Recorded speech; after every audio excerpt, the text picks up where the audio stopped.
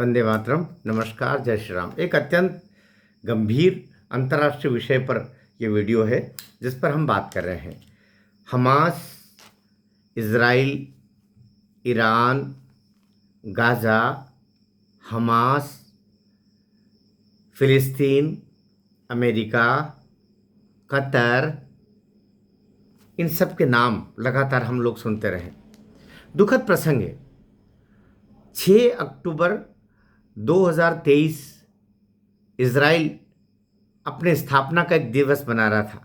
चारों ओर उत्साह, चारों ओर उमंग, बच्चे दौड़ रहे हैं, महिलाएं बाहर कहीं होटल में, रेस्टोरेंट में, जिसको जहां मिल रहा आनंद मना रहे हैं। अपने अपने अपने देश की स्थापना के आनंद उत्सव में डूबे हुए। तभी लगभग 5,000 विभिन्न मिसाइलों से, विभिन्न आक्रामक आसमानी जो तरंगे होती है, ड्रोन जिनको कहते हैं, उन सब से आक्रमण करके और इज़राइल का जो सुरक्षा कवच था, आसमानी सुरक्षा कवच जिसको कहते हैं, उसको भेद करके और अस्त व्यस्त वहाँ के फिर गाज़ा से फिलिस्तीनी सैनिक, तथाकथित सैनिक, वो फिलिस्तीन का तो अपना कुछ है नहीं, लेकिन वो वहाँ से घुसे और लगभग 1200 इजरायलियों को मार डाला। बुरी तरीके से, अगर क्रूर तरीके से उनको मार डाला, क्योंकि वो सब खोए हुए थे, आनंद उत्सव में थे, उनको मार डाला।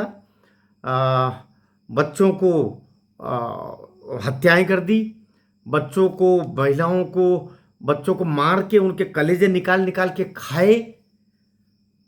बड़ा क्रूरतम जो हो सकता है वो गाज़ा से अंदर फिलिस्तीनी तथाकथित फिलिस्तीनी आतंकवादियों ने, विद्रोहियों ने इज़राइल में घुस करके किया और लगभग उसमें 50-75 जो 200 लगभग बंधकों को, इज़राइल के बंधकों को बंधक बना करके ले गए और 1200 लगभग मारे गए, कई सारे घायल हुए, चारों ओर हाहाकार मच गया। लेकिन क्रिया की प्रतिक्रिया नहीं होती क्या? दुश्मनी थी तो लंबे समय से थी।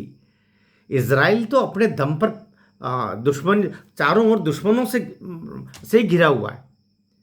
उसने भी प्रतिकार करना शुरू किया और प्रतिकार किया तो ऐसा किया कि 2 साल में गाज़ा पट्टी को रौंद करके रख दिया। उसकी 90% बिल्डिंगें तबाह हो गई, 50% से ज़्यादा उनके अस्पताल तबाह हो गए, 90% से ज़्यादा स्कूल तबाह हो गए। वहाँ की करीब 2 लाख की आबादी को ख़त्म कर दिया। करीब उसमें 20,000 बच्चे मारे गए। सब कुछ अस्त व्यस्त, उसको राख बना दिया। जो गाज़ा पट्टी एक पूरी, वो समुद्र किनारे गाज़ा पट्टी की ज़मीन को उपजाऊ लायक नहीं रखा और राख में तब्दील कर दिया, खत्म कर दिया सब कुछ, त्राही त्राही मचा दिया पूरा। और जब त्राही त्राही मचा दिया तो बीच में उसको बचाने के लिए कौन कौन आए? ईरान आया, तो ईरान की धज्जियां उड़ा दी। फिर अमेरिका बीच में आया, जैसे कोई अन्य देश आएगा कि कोई इधर भी कोई दूसरा देश आएगा इजराइल के पक्ष में, वो आया और जो उसने ठुकाई की कि ईरान ने हाथ जोड़ के अमेरिका के सामने खड़ा हो गया कि हमको बचा लो। ईरान भी तहस ने 40% ईरान बर्बाद हो गया। आयतुल्ला खोमेनी और ये इस समय जो खोमेनी है, खासतौर से अभी वाले खोमेनी, आयतुल्ला की परंपरा आप सब छोड़ भी दें तो खोमेनी जी का जो परिवार है वो अंडरग्राउंड हो गए, खुद अंडरग्राउंड हो गए। लेकिन कुल मिलाकर के सब कुछ लुटा के होश में आए तो क्या हुआ? अंततः फिर ये कि नहीं, हम समझौता कर लें। समझौता के लिए गिड़गिड़ाया कौन? गाज़ा के तथाकथित फिलिस्तीन। अब फिलिस्तीन ज़मीन पर कोई देश नहीं, यद्यपि इसको कुछ लोगों ने मान्यता भी दे दी, उसमें भारत भी एक है। बड़ा इंटरेस्टिंग है। फिलिस्तीन का झंडा भी अपने भी देख, तो कभी कभी देश में वो फिलिस्तीन का झंडा लेके चलते बनते हैं। दुनिया भर के मुस्लिम भाई फिलिस्तीन का झंडा लेके, अरे अपना देश तो संभल नहीं रहा तुमसे, न पाकिस्तानी से पाकिस्तान संभल रहा, न बांग्लादेशों से बांग्लादेश संभल रहा, न बाकी के ईरान से ईरान संभल रहा, लेकिन फिलिस्तीन का झंडा लेके चलते बनते। बहरहाल वो उनका विषय है, हमें क्या लेन देन। लेकिन अभी मैं एक तथ्य आपके सामने रखता हूँ कि इन 2 वर्ष की लड़ाई में किसने क्या खोया। गाज़ा 18,000 बच्चों की मौत, 20,000 अनाथ हो गए बच्चे। ये गाज़ा के स्वास्थ्य मंत्रालय का है कि 67,000 से ज़्यादा लोग मारे गए हैं और इसमें 30% बच्चे अर्थात 18,000 बच्चे हैं, 20,000 बच्चे अनाथ हो गए। गाज़ा में करीब 1,70,000 लोग अभी घायल हुए हैं और आधा से ज़्यादा अस्पताल बंद हो गए हैं। खुद दवाओं वहाँ है ही नहीं है। गाज़ा की 80% इमारतें, 90% स्कूल, 99% से ज़्यादा कृषि भूमि तबाह हो गई है। बचा क्या है? मलबा बचा है। उस मलबे को साफ करने में फिर 10 साल लगेंगे, इतना मलबा वहाँ पर इकट्ठा हो गया। लेकिन जब इजराइल के अंदर घुस करके 1200 लोगों को मारा था ना, इन्हीं गाज़ा और हमास के आतंकवादियों ने, तब यही गाज़ा के लोग उस समय उत्सव मना रहे थे, नाच रहे थे, कूद रहे थे। उसमें जो नाच कूद रहे थे ना, बहुत सारे तो मर गए वैसे भी, और अपने देश को भी तबाह कर लिया। देश गलत दिशा में जा रहा है तो देश के निवासियों का भी कर्तव्य बनता है कि राजा को इतला करें, राजा को खबर करें कि गलत जा रहे हो। सब बर्बाद कर दिया।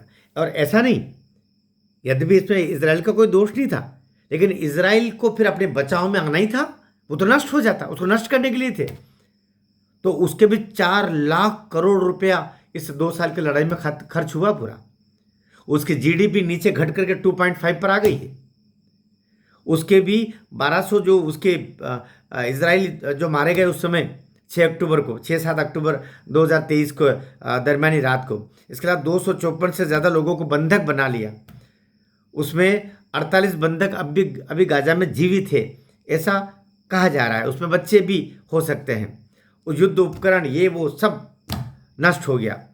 तो इजराइल की अर्थव्यवस्था पूरी तबाह करने में कोई कसर नहीं रखी।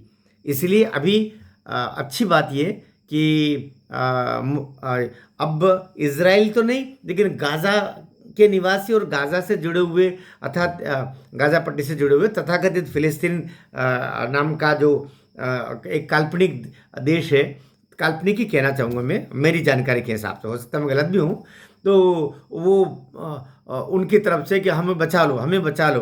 तो आपका यूएनओ, अमेरिका सब ने मिलकर के एक समझौता करवाया। अभी मिस्र, कतर, हमास और इजराइल और सब ने मिलकर के एक समझौता किया, जिसके तहत अब ये अपने अपने क्षेत्रों में वापस लौट रहे हैं। और लौट क्या रहे हैं, एक तरीके से इजराइल ने तो पूरा कब्जा कर लिया गाज़ा के ऊपर, तो गाज़ा को धीरे धीरे वो खाली कर रहा है। और जितने हमास ने कब्जे में करके रखा है, हमास एक आतंकवादी संगठन है, तो उस और धीरे धीरे करके वो जो बंधक अभी भी 48-50 कुछ बचे हुए हैं, उनको छोड़ने का काम वो करेगा और इस तरीके से शांति समझौता रहेगा। लेकिन मैं फिर ये कहना चाह रहा हूँ, ये दुश्मनी छोड़ देना चाहिए। फिलिस्तीन अपने तरीके से रहे, भारत तो उसको मान्यता दे चुका है। ऐसे अन्य कुछ देश भी होंगे जिन्होंने मान्यता दे ली है, लेकिन जिसको हमारी एक कहावत है, चलते बेल के उंगली नहीं करना चाहिए, नहीं तो लात मारता है। इजराइल और फिलिस्तीनी सब अपने अपने मज़े में, गाज़ा वाले ये सब मज़े में चैन की बांसुरी बजा रहे थे। न 6 अक्टूबर को धोखे से, अरे तुम्हारे बाप में ताकत थी तो इजराइल को खुलो चुनौती देती और फिर युद्ध करते। जिस दिन वो उत्साह आनंद में है, धोखे से तुम अंदर घुस पड़े और ऊपर से उसका जो सुरक्षा कवच था, उसको तुमने 5000 मिसाइलें एक साथ दाग करके उसको छिन्न भिन्न किया। धोखा, ये इस्लाम में पता नहीं धोखे को क्यों बहुत अच्छा माना जाता है। धोखे से दुश्मन को मार देना, ये इस्लाम में लिखा हुआ है क्या कहीं कि दुश्मन को पहले धोखे में रखो फिर मारो? इजराइल को ऐसे ही मारा। हो सकता यहूदी से तुम्हारी दुश्मनी हो, लेकिन दुश्मन को चुनौती देके मारने का जो आनंद है, वो आनंद ही अलग होता है। इजराइल ने जो कुछ किया प्रतिकार में, धोखा देके कभी नहीं किया तुम्हारे साथ। इसलिए ये जो हमासियों को, फिलिस्तीनियों को और तथाकथित उनका पक्ष लेने वाले लोगों को भी सोचना चाहिए तुम किन का पक्ष ले रहे हो। ये शुरुआत तुम करते हो और फिर उसके बाद में फिर वो रोना शुरू कर देते हो कि हाय रे हाय, हमारे साथ ये हमको इजराइल मार रहा, हमारे बच्चों को मार रहा, हमारे स्कूल तोड़ रहा, हमारे अस्पताल तोड़ रहा। क्यों रे कमीनों, पहले जाकर के इजराइल के अंदर 6 अक्टूबर 2023 को क्यों घुसे थे? अब वो ठुकाई कर रहा, याद आ रहा है फिर अब वो याद आ रहा है। ये चैनल पर मैं ऐसे विषय लेके आता रहता हूँ। आपसे निवेदन है कि चैनल को सब्सक्राइब करें, स्नेह दें, अच्छा वीडियो लगे तो शेयर भी करें। बहुत हिम्मत रखनी पड़ती ऐसे वीडियो बनाने के लिए, ऐसे टॉपिक पर बोलने के लिए भी। इसलिए ज़रा साथ देंगे तो। और हम ये भी कल्पना करते हैं, हमारे भारत के प्रधानमंत्री जी को भी अभी जो ये जो इजराइल और गाजा के बीच में समझौता हुआ है, इस समझौते की खुशी मनाने के लिए हमारे प्रधानमंत्री जी ने भी शुभकामना भी दी, मोदी जी ने, साथ ही स्वयं भी उनको बुलाया गया। संभवतः ये भी उस खुशी के मौके पर पहुंचेंगे और ये उम्मीद करेंगे। भारत तो शांति का टापू है, भारत तो चाहता सब खुश रहो, कमीनों तुम खुश रहो। तो इसी आशा से कि ये खुश रहेंगे, हम ईश्वर से प्रार्थना करते हैं, अल्लाह से भी प्रार्थना करते हैं कि इनको सद्बुद्धि दे, ताकि ये बेवजह खुद भी सुख से रहें, दूसरों को भी सुख से रहने दें। आपको वीडियो कैसा लगा टिप्पणी जरूर कीजिएगा। भारत माता की जय।